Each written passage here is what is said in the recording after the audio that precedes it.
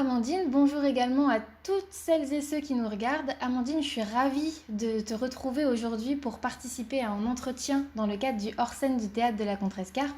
Est-ce que tu pourrais pour commencer te présenter en quelques mots et présenter aussi ton rapport au théâtre de la Contrescarpe pour tous les spectateurs qui nous regardent et qui ne te connaissent peut-être pas encore?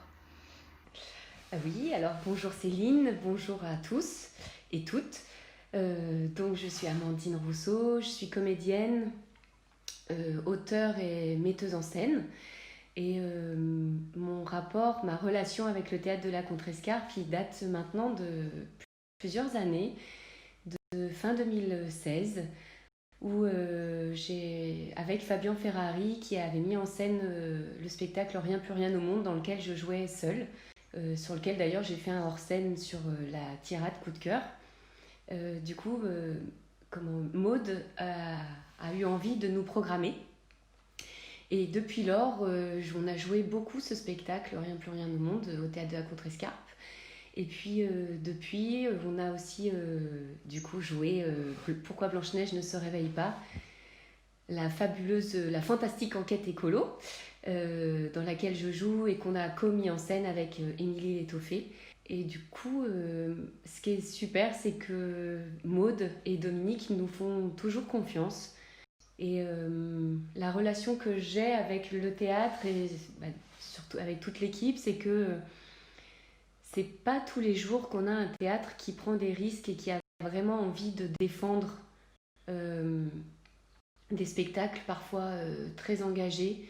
Et puis, oui, qui fait confiance et qui se lance avec nous, en fait, qui se lance derrière nous. Et ça, c'est vraiment très, très chouette et précieux. Oui, c'est une histoire d'amitié et de confiance dans la création, c'est important. Ouais, ouais, complètement. Ces derniers jours, nous avons proposé aux spectateurs de la Contrescarpe justement de te poser des questions. Donc voici les questions qu'ils nous ont envoyées pour toi. La première question est une question d'Emma. Je crois que tu n'as pas toujours été comédienne. À comment as-tu franchi le pas? Ah, Euh, c'est intéressant. Oui, en effet, j'étais éducatrice spécialisée pendant plus de 10 ans avant d'être comédienne. Comment j'ai franchi le pas Je pense que avec beaucoup de courage, je, je peux le dire. Mais en fait, c'était tellement viscéral pour moi que je sais pas comment je peux recontextualiser, mais j'ai fait du théâtre quand j'étais au lycée et j'adorais ça et j'avais envie d'en faire mon métier. Mais les circonstances ont fait que, bah non, ça s'est pas fait. Et du coup, j'ai été éducatrice spécialisée. Et j'ai absolument aucun regret parce que j'ai adoré être éducatrice, être éduque, vraiment, vraiment. Et je pense que ça a beaucoup nourri, ça nourrit énormément la femme que je suis et donc la comédienne que je suis aujourd'hui dans mes choix. Et quand je suis arrivée à Paris, j'ai eu envie de me remettre au théâtre alors que ça faisait 10 ans que j'en avais pas fait. Et quand je suis montée sur le plateau, ça peut paraître cliché, mais c'est pourtant la vérité, j'ai ressenti vraiment quelque chose dans mon cœur, dans mon ventre, quoi, en me sentant à ma place. Et du coup, j'ai tenté les concours de l'école Claude Mathieu. Et j'ai fait cette école pendant 3 ans. C'est une école où j'ai rencontré des professeurs et des amis que j'ai toujours aujourd'hui, avec qui on a créé. Et puis c'est une école où je me suis aussi redécouverte. Et bon, ça n'a pas toujours été facile parce que j'étais autonome, hein. Moi, j'étais autonome depuis et indépendante depuis l'âge de 20 ans. Donc, je travaillais toujours et je ne pouvais pas me permettre de ne pas travailler. Donc, quand j'étais pas à l'école, j'étais au boulot. Et quand j'étais pas au boulot, j'étais à l'école ou en répétition. Ou voilà.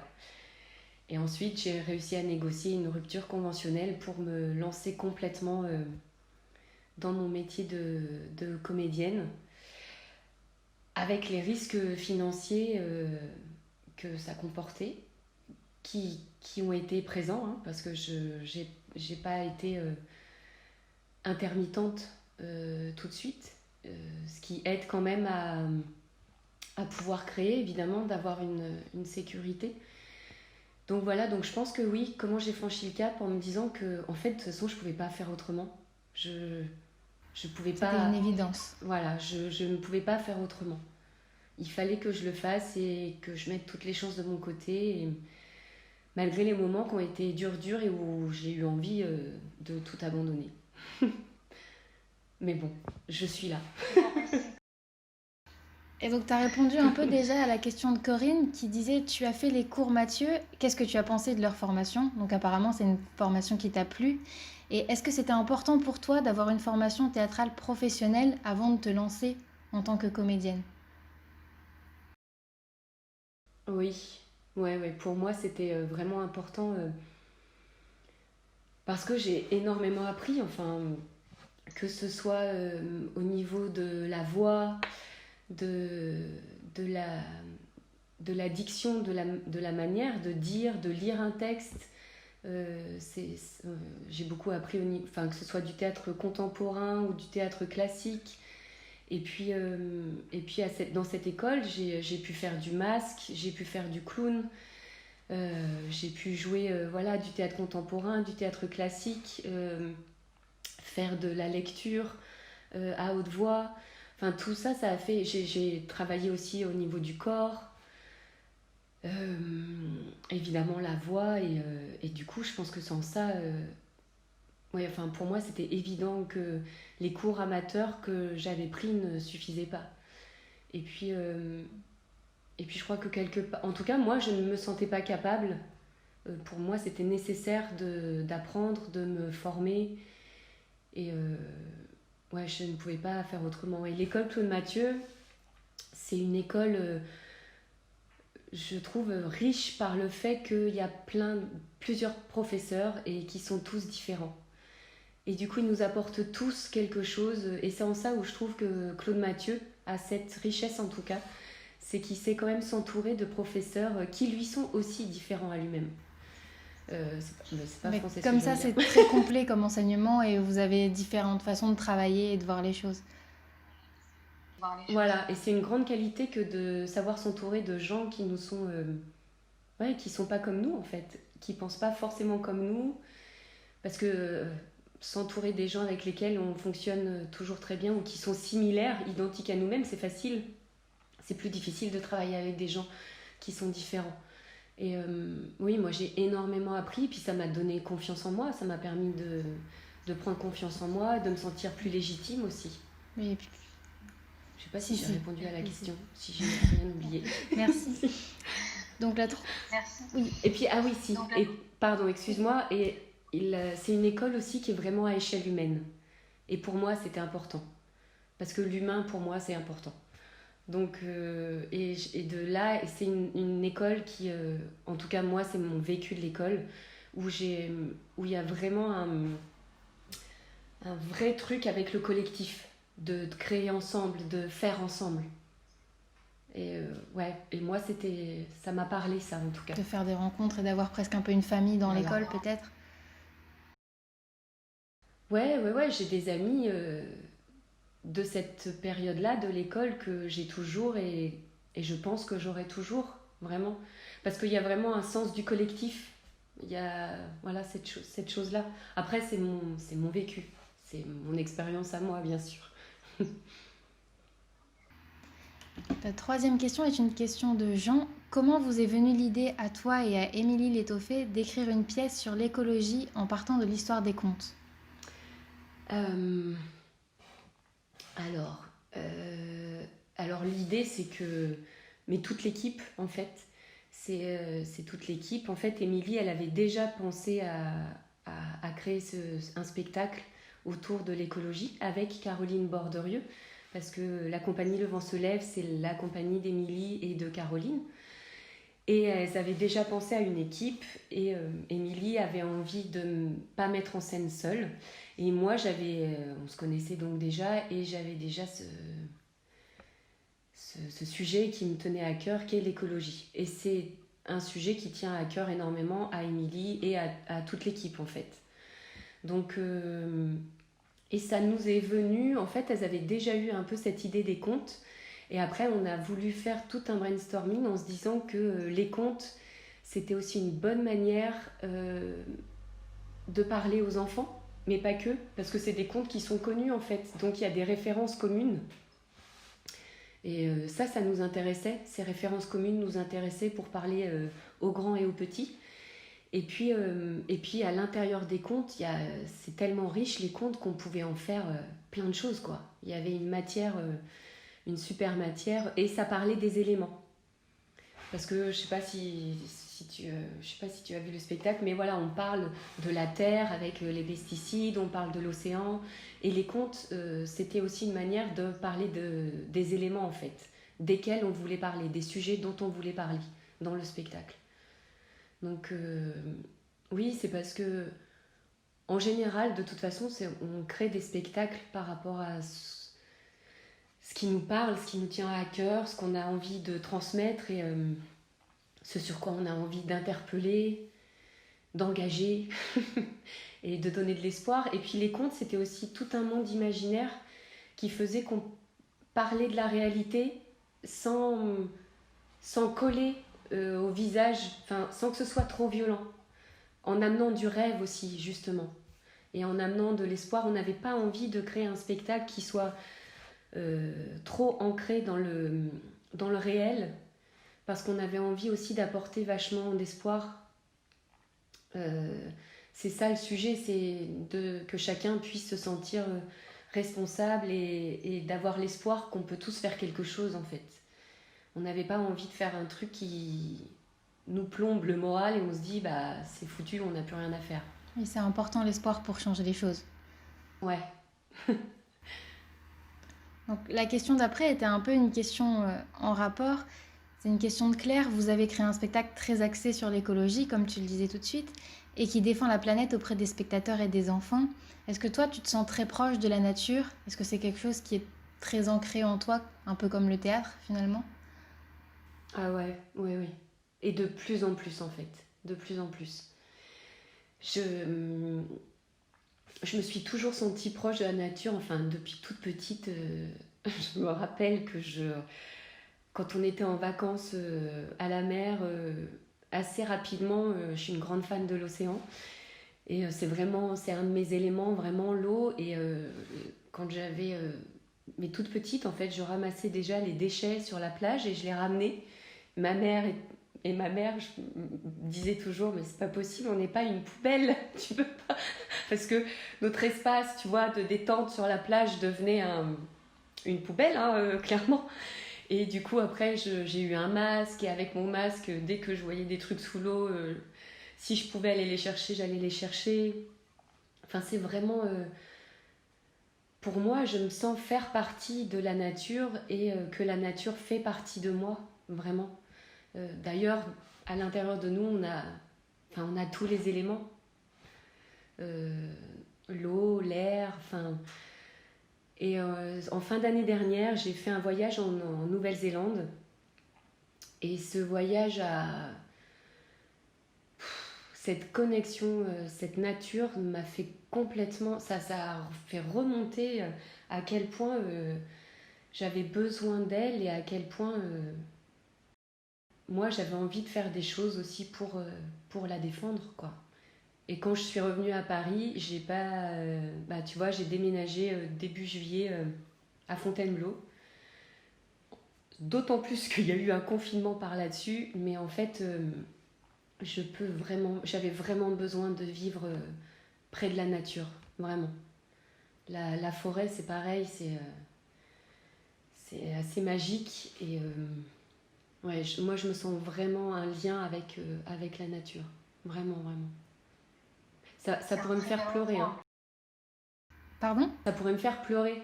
Je peux pleurer devant... pas de tristesse, hein, mais de... Je sais pas. J'ai pas les mots pour exprimer ce que je ressens en moi, en fait. Et en même temps, ça peut me faire pleurer, par contre, de tristesse quand je vois... vraiment, ça me prend à la gorge, ça me fait du mal, ça m'impacte vraiment, en fait. C'est sûr que c'est très difficile comme ça de voir les endroits qu'on aime être détruits petit à petit et les voir changer. Ouais, ouais, ouais. Et puis de voir, enfin... Moi, j'ai quand même une grande confiance dans la nature, c'est que je me dis que même si on la maltraite, je reste convaincue, ça ne veut pas dire qu'il faut rien faire, hein, bien évidemment, mais je reste convaincue qu'elle s'adaptera d'une manière ou d'une autre, qu'elle s'est toujours adaptée, et que par contre l'humain, lui, et en fait en faisant du mal à la nature, c'est surtout à lui-même qu'il fait du mal, quoi. C'est triste. On s'adaptera beaucoup moins vite. Ouais. Ça, c'est sûr. Une question de Anne maintenant. Pour le spectacle Pourquoi Blanche-Neige ne se réveille pas, donc qui est le spectacle dont on parle depuis tout à l'heure, tu participes à l'écriture, à la mise en scène et tu joues dans le spectacle. Est-ce que c'est compliqué de gérer autant de casquettes? Euh, ça peut l'être. Après, quand on a créé le spectacle, je jouais pas dedans. J'étais que à la mise en scène et à l'écriture. Donc déjà, j'avais cette casquette de comédienne en moins. Et je pense que c'était très bien. Et c'était comme ça d'ailleurs. Enfin, à la base, j'avais pas imaginé, on n'avait pas imaginé que j'allais jouer dedans. Donc, donc la mise en scène, ce qui était super, c'est que je me mettais en scène avec Émilie.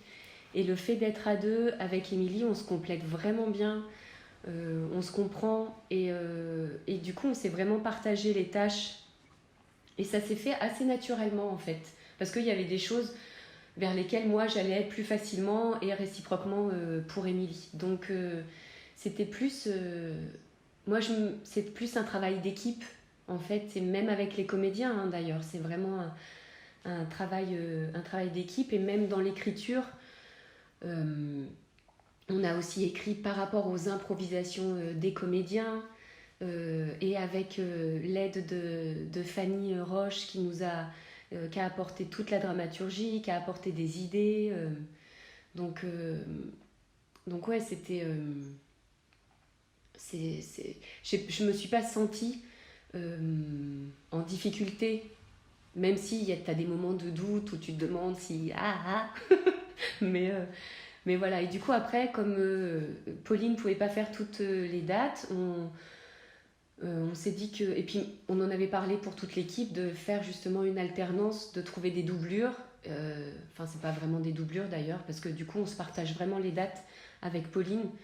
Et moi je suis très très contente de jouer dans le spectacle. J'adore vraiment jouer à tes souhaits et la petite sirène. J'adore jouer avec Caroline, avec Quentin. C'est un vrai bonheur, vraiment. Puis en plus, tu es très bien en petite sirène.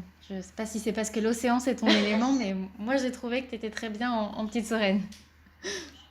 Ah merci, ça me fait très plaisir. C'est du fond du cœur en tout cas. Donc la question suivante est une question de Laure. Pourquoi Blanche-Neige ne se réveille pas est un spectacle... Non, pas... Oui, c'est ça. Pourquoi Blanche-Neige ne se réveille pas est un spectacle tout public? Est-ce que c'est difficile de jouer devant des enfants? Euh, non, je trouve pas. C'est un public à part entière parce que euh, après c'est à toi de rester maître entre guillemets du plateau. C'est-à-dire que les enfants, et puis on fait participer les enfants aussi, il y a pas mal d'interactions quand même à plusieurs reprises dans le spectacle. Mais après, c'est à toi de reprendre un peu le pouvoir sur l'histoire que tu racontes parce que les enfants peuvent se jeter dans l'aventure et c'est super. Mais il faut arriver à tenir quand même le truc pour continuer à raconter l'histoire et à dérouler l'histoire tout en les prenant en compte, bien sûr. C'est plus ça qui peut être un peu plus compliqué, avec lequel il faut jongler. Mais sinon, non, les enfants, ils sont vraiment avec nous, donc c'est chouette. Et les parents aussi d'ailleurs, enfin les parents, les adultes se prennent bien au jeu. Et ça leur plaît aussi beaucoup, et ça, c'est vraiment chouette. Et parfois quand les enfants sont un peu timides, c'est les adultes qui poussent un peu à répondre. Voilà, exactement. Ouais, ouais, ouais. Et c'est bien. Alors, une question de Karl maintenant qui dit, si je ne me trompe pas, tu fais aussi de la voix off pour des documentaires et de la publicité. Qu'est-ce que ça change au niveau du jeu qu'il n'y ait que ta voix? Est-ce que tu as déjà fait du doublage? Ouais, alors, ce qui change, c'est que celui qui écoute... Alors ça dépend. Les voix off sur un documentaire ou sur des images ou une animation, euh, toi tu viens soutenir et réciproquement les images en fait, le documentaire, tout ça. Que lorsque tu fais de la fiction radiophonique où il n'y a pas d'image du tout, là c'est autre chose parce que ça repose vraiment sur ta voix et celui qui écoute, il n'a pas du tout ton visage. Donc tu peux pas... tu dois faire passer au travers de ta voix toutes tes expressions et toutes tes émotions sans pouvoir compter sur ton regard, une expression, un rictus. Donc ça, évidemment, ça change la donne. Donc faut y aller encore plus, je pense, avec le corps, même si on ne le voit pas, justement. Des fois, il faut accentuer plus. Je sais pas si c'est le bon mot, accentuer, mais... ouais, accentuer plus des choses que tu n'accentuerais pas si on te voyait, tu vois. Mettre plus de sourire dans la voix parce que on va entendre que ta voix, tu vois, des choses comme ça.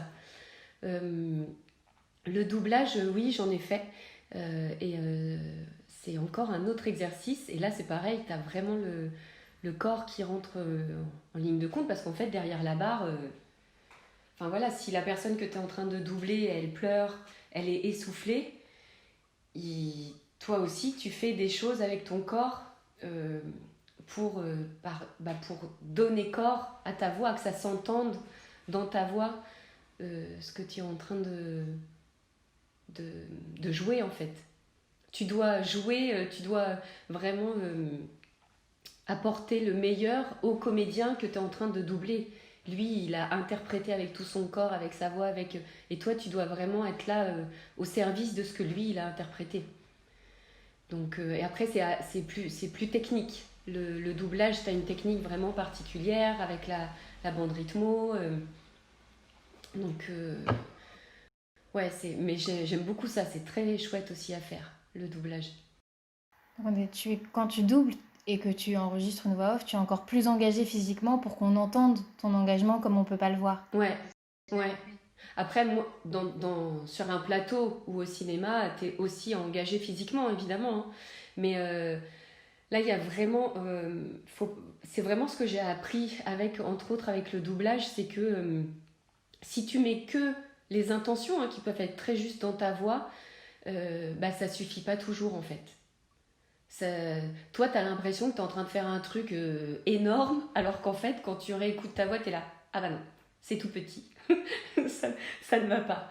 Il faut en rajouter, quoi. Et en étant toujours sincère, évidemment. Toujours sincère. Ouais. La question suivante est une question d'Adeline.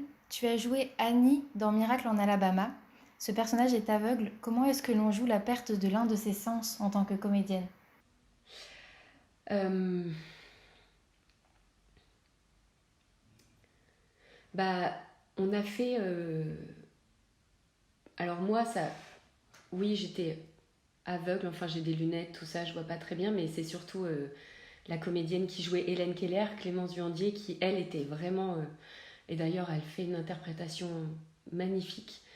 Et nous, du coup, on a fait... Laureline Fauti, qui a mis en scène Miracle en Alabama, nous a fait faire beaucoup, beaucoup d'exercices et de jeux de travail autour des sens. Avec les yeux bandés, les oreilles bouchées le plus possible, justement pour travailler, pour qu'on ressente vraiment dans notre corps comment est-ce qu'on réagit, comment on est, comment on vit lorsqu'on a un de nos sens en moins.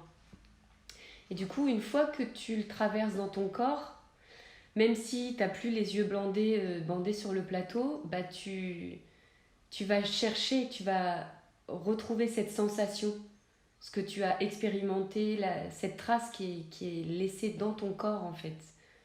Je sais pas si c'est clair ce que je dis. Je sais pas si...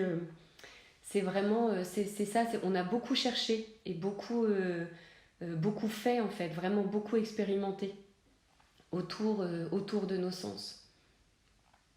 Et puis moi, je pense que le fait, là, pour le coup, que j'ai été éducatrice spécialisée, et j'ai accompagné des personnes qui avaient un handicap, tout ça. Du coup, moi aussi, ça m'a apporté. Ça me nourrit parce que j'ai été aux côtés de gens euh, qui pouvaient avoir un handicap au niveau des sens, au niveau de... Et que c'est eux qui m'ont appris. Eux, ils m'ont appris aussi beaucoup de choses parce qu'on a discuté, on a échangé et que j'avais déjà une sensibilité à ça. Et puis en plus, Annie, c'est un rôle d'éducatrice aussi. Enfin, Oui, elle vient aider la jeune fille aussi, donc tu t'y retrouves doublement. oui, oui, complètement. Il y avait déjà des... Oui, j'avais à plonger dans mon vécu, en fait, pour retrouver des états émotionnels. Donc, et ça, c'est chouette, du coup. J'ai une bonne valise avec plein d'expériences dedans qui me servent beaucoup d'outils. C'est important sur un plateau Ouais, d'avoir de bons outils. ouais. Alors la question suivante est une question de Laetitia. Quel rôle rêverais-tu de jouer? Ah, ah. Euh, Ça, c'est souvent une question. J'adorerais jouer. J'aimerais beaucoup jouer dans du cinéma fantastique. Genre Le Seigneur des Anneaux, tu vois. Arwen. J'adorerais jouer Arwen. Tu vois. Arwen ou voilà, il y a pas longtemps, j'ai revu Hunger Games. Je sais pas si tu vois, voilà. Des rôles comme ça de femmes qui sont Débattante. débattantes, voilà, des battantes et qui se battent jusqu'au bout pour leurs idéaux, pour leurs valeurs. Euh, et au contraire, il y a des fois, j'aimerais bien aussi jouer des rôles de femmes. C'est un peu ce que j'ai fait avec Rien de plus rien au monde, de femmes que tu as plutôt envie de détester au premier abord. Et en fait, justement, ce que j'aime beaucoup, c'est interpréter des personnages qui sont multiples, parce qu'on n'est pas soit tout blanc, soit tout noir. Et par exemple, dans Rien plus rien au monde, j'ai beaucoup aimé justement apporter toute la faille, l'humanité, la solitude à Juliette qui faisait que elle dit des choses horribles, hein, et elle fait des choses horribles, mais en même temps, c'est plus complexe que ça en fait. Elle est pas juste une femme horrible. Ça s'explique par plein de choses.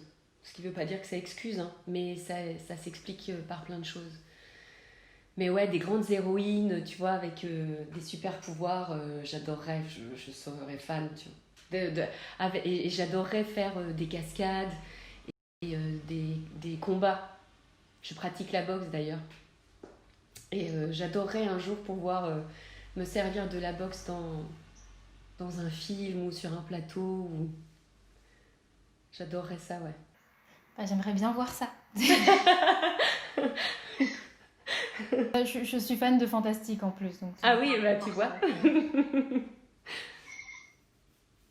Alors encore une question, d'une question de Marc. Quel conseil donnerais-tu à des comédiens en devenir pour les aider à franchir le pas, même s'ils ont une formation qui est différente?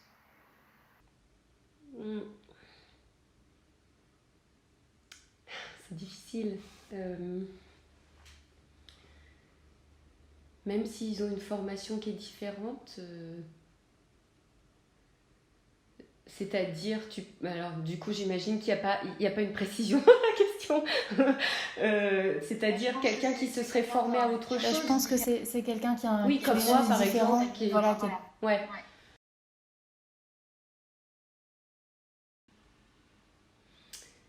De... Bah, c'est un peu comme pour tout, mais de croire vraiment en soi et de pas attendre des autres, que quelqu'un vienne te proposer quelque chose, mais aussi de créer par toi-même, d'aller rencontrer les gens, d'aller apprendre. d'aller rencontrer des gens qui t'inspirent, si tu peux, ou de les lire, ou de... Voilà. Et si vraiment c'est ce qui te tient à cœur, moi, le conseil que je te donnerais, c'est de... Vas-y à fond, défends ce que tu as envie de défendre. Et si c'est vraiment ça que tu as envie de faire, fais tout ce que tu peux pour pouvoir le faire, te former, créer. Et tout en n'oubliant pas que tu as le droit d'être fatigué, tu as le droit d'avoir envie d'abandonner, tu as le droit de perdre confiance, mais de t'entourer de bonnes personnes, de t'entourer de personnes en qui tu as confiance et auprès desquelles aussi tu peux te ressourcer parce que ça prend beaucoup d'énergie. Et il y a des moments où tu as le droit de plus en avoir. Et à ces moments-là, pour reprendre des forces, il faut être entouré des bonnes personnes. Ouais, je pense que ce serait ça que je dirais. Merci pour ce bon conseil. Alors, une toute dernière question, une question de Damien. Est-ce que tu as des projets en tête pour la suite? Ah oui, alors, pour la suite, on m'a proposé de mettre en scène un spectacle jeune public qui a été aussi écrit en détournant des contes. Ça, l'écriture, c'est pas moi, c'est moi, on m'a juste proposé la mise en scène. Et ça parle des peurs, voilà, de comment on peut surmonter ces peurs et avoir confiance en soi quand on est enfant, entre autres. Mais je pense que comme c'est la confiance en soi, c'est un truc qui nous poursuit quand on est soi-disant grand et qu'on a tous un petit enfant intérieur. Je pense que ça parlera aussi aux grands. Et puis, je sais pas si j'ai le droit d'en parler ou pas encore, mais en tout cas, avec d'autres personnes avec lesquelles je m'entends très très bien, on a envie de créer un spectacle qui parlera des femmes. Voilà, je sais pas si je peux trop en dire ou pas, donc je préfère rester, tu vois. C'est déjà une très bonne indication, merci. On parlera des femmes. Merci beaucoup Amandine pour cet entretien. Merci d'avoir répondu aux questions de nos spectateurs. Et je remercie également tous les spectateurs qui ont posé des questions et qui vont regarder cet entretien. Et je souhaite une bonne journée à tout le monde et puis à bientôt pour un nouveau hors-scène du Théâtre de la Contrescarpe. Merci à toi Céline et puis merci à tous et à toutes pour vos questions.